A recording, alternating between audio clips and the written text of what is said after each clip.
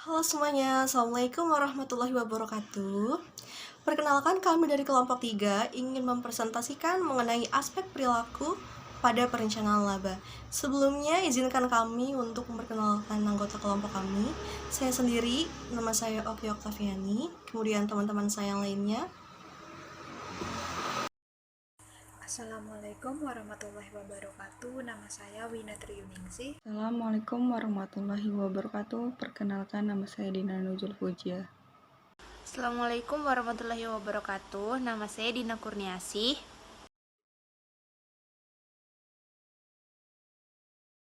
Baiklah teman-teman, di sini kami akan membahas mengenai aspek keperilakuan pada perencanaan laba dan penganggaran. Berbagai fungsi dari perencanaan laba dan anggaran. Anggaran merupakan perencanaan manajerial untuk tindakan yang dinyatakan dalam istilah-istilah keuangan. Anggaran merupakan rencana laba jangka pendek yang komprehensif, yang membuat tujuan dan target manajemen dilaksanakan. Anggaran adalah alat manajerial yang memastikan pencapaian target organisasional dan memberikan pedoman yang rinci untuk operasi harian. Nah, ada beberapa fungsi anggaran. Yang pertama ialah anggaran merupakan hasil akhir dari proses perencanaan perusahaan. Kemudian, anggaran merupakan cetak biru perusahaan untuk bertindak. Kemudian yang ketiga, anggaran bertindak sebagai suatu alat komunikasi internal. Ada 3 tahapan utama dalam proses penyusunan anggaran. Yang pertama ialah tahap penetapan tujuan. Aktivitas perencanaan ini dimulai dengan menerjemahkan tujuan organisasi yang luas ke dalam tujuan-tujuan aktivitas yang khusus. Kemudian tahap yang kedua ialah tahap implementasi. Nah, pada tahap ini, rencana formal tersebut digunakan untuk mengkomunikasikan tujuan dan strategi organisasi, serta untuk memotivasi orang secara positif dalam organisasi. Kemudian yang ketiga ialah tahap pengendalian dan evaluasi kinerja. Anggaran menjadi tolak ukur terhadap kinerja aktual dibandingkan dan berfungsi sebagai suatu dasar untuk melakukan manajemen berdasarkan pengecualian. Konsekuensi disfungsional dari proses penyusunan anggaran, yang pertama ialah rasa tidak percaya. Anggaran merupakan suatu sumber tekanan yang dapat menimbulkan rasa tidak percaya, rasa permusuhan, dan mengarah pada kinerja yang menurun. Yang kedua, ada resistensi. Nah, resistensi ini adalah tantangan bagi manajemen untuk mengatasi resistensi, yaitu untuk berubah dan untuk berhasil memperkenalkan inovasi yang meningkatkan kinerja organisasi.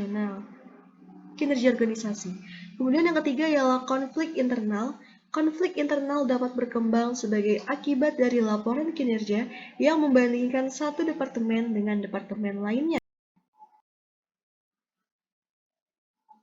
Relevansi konsep ilmu keperilakuan dalam lingkungan perencanaan.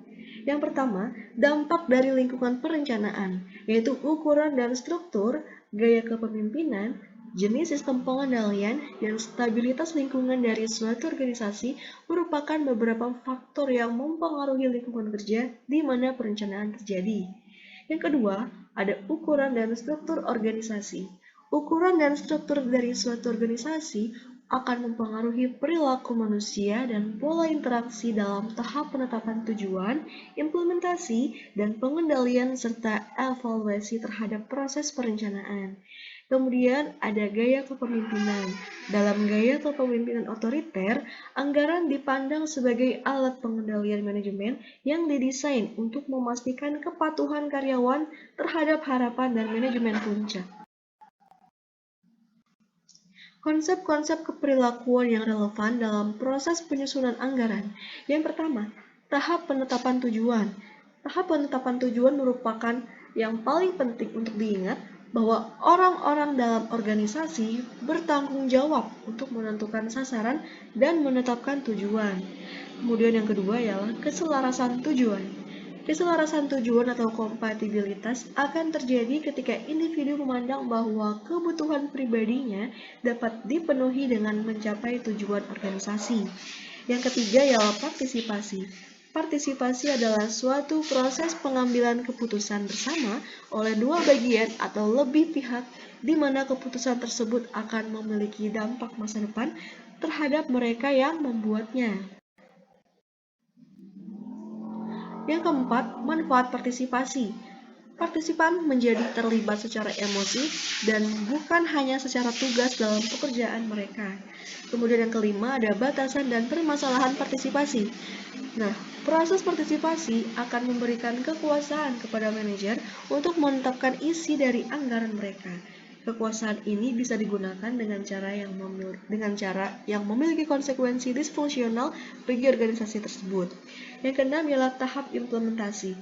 Anggaran tersebut kemudian diimplementasikan melalui komunikasi karyawan kunci dalam organisasi. Yang ketujuh ialah pengkomunikasian anggaran. Hal ini dapat dicapai dengan mengkomunikasikan sasaran operasional yang disetujui kepada orang-orang di tingkat organisasi yang lebih rendah. Yang kedelapan, kerjasama dan koordinasi. Implementasi anggaran yang berhasil membutuhkan kerjasama dari orang-orang dengan beraneka ragam keterampilan dan bakat.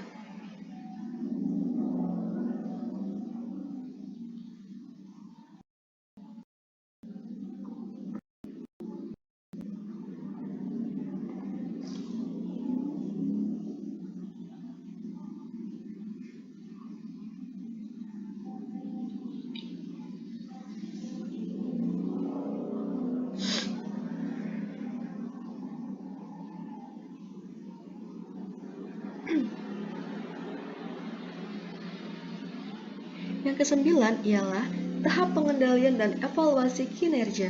Pada tahap ini, manajer akan melakukan pengendalian dan pengawasan serta akan menilai kinerja dari karyawannya. Kemudian yang ke-10 ialah laporan-laporan kinerja. Pada tahap ini, manajer akan membuat laporan-laporan kinerja karyawan. Kesimpulannya, aspek keperilakuan dari penganggaran mengacu pada perilaku manusia yang muncul dalam proses penyusunan anggaran dan perilaku manusia yang didorong ketika manusia mencoba untuk hidup dengan anggaran. Anggaran seringkali dipandang sebagai penghalang atau ancaman birokratis terhadap kemajuan karir. Struktur organisasi, budaya organisasi, gaya kepemimpinan, tingkat partisipasi karyawan dalam pengambilan keputusan, jumlah slack yang diperbolehkan, dan tingkat tekanan yang akan didorong oleh anggaran tersebut adalah beberapa faktor yang akan mempengaruhi jawabannya.